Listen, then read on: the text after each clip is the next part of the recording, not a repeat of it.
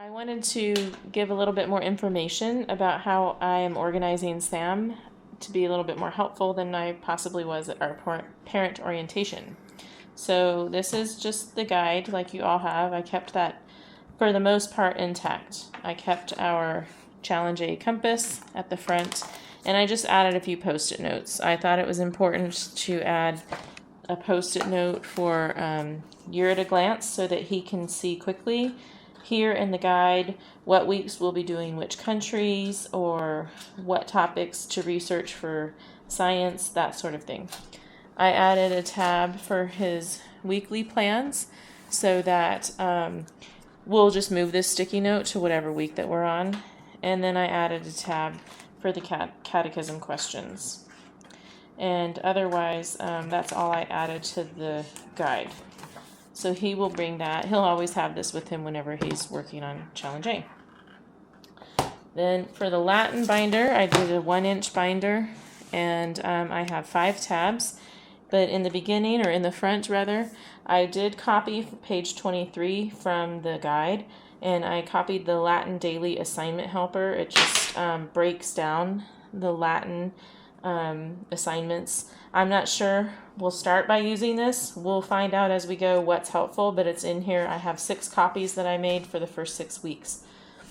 Then I have a tab for notes and some notebook paper, a tab for rules, a tab for vocabulary, a tab for parts of speech, and a tab for assignments, which obviously is blank because we haven't done any assignments yet.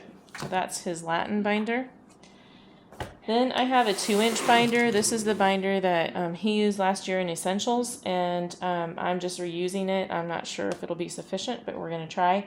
This would be where we talked about using a zipper binder possibly.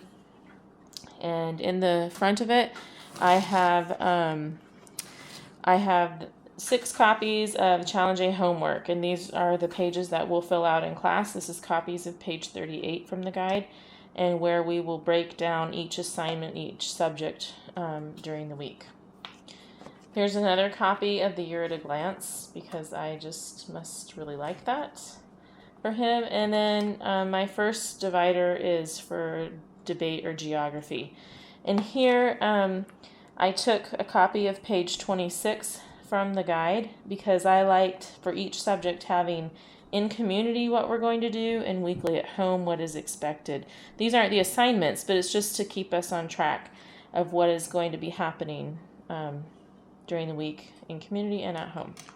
Then I actually did take page 95 through page 117 of the appendix out of the guide, and I put it here in his geography tab. I just wanted it to be easy. This is where he'll also put maps once he's drawn them, and this is where he'll have his black lines to work off of. I made extra copies of the blank Mercator grid, page 117 from the guide, and I included blank drawing paper to practice drawing maps on. Next, I have exposition and composition, or the lost tools of writing, and I took a copy of page 29 from the guide. You don't have to do the copies, of course. You could just take the page out of the guide, the original, if you want. I liked having it in both places. I liked seeing him again in community, weekly at home. This is the first week. This is 3 weeks of working on one piece of literature. First week, second week, and third week. Here, it breaks down on page 30, a copy, all of the books and when we're going to be reading them.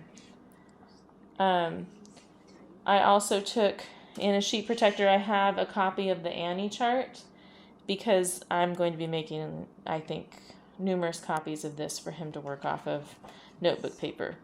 I don't know if this is necessary, but I also included his student resource notebook from Essentials because he likes having all of his dress-ups, his strong verbs and ly adverbs and so forth.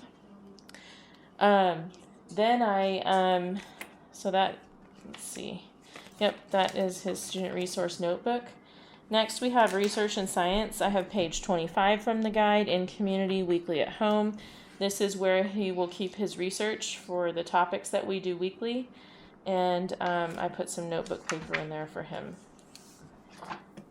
Rhetoric, I have a divider for that. His in community and weekly at home page. And then I have, I think, probably 6 copies of the guide, one for the first 6 weeks, so that we can do our outlining. And let's see, after that, I have his logic or math page 33. I have in community, weekly at home. I like that, as you know. And then I put some notebook paper. I don't think we'll be keeping all of his math assignments in here. There's just not room for that. But again, this whole binder is to keep things that we're working on, things that have been handed out in class that you may refer back to every so often. Last, I have just a plastic 3-prong folder from Target, and it was like 49 cents or something. More dividers, and all I have here, I have math, science, geography, rhetoric, exposition, and composition. And this folder is simply going to be for work that he completes and needs to turn in or present or discuss specifically each week. So each week we'll have new items in here, and once we get home we'll remove it from here, and I will keep it probably in a separate binder and just accumulate all of his work throughout the year, probably in like a 3-inch binder that I haven't shown you here.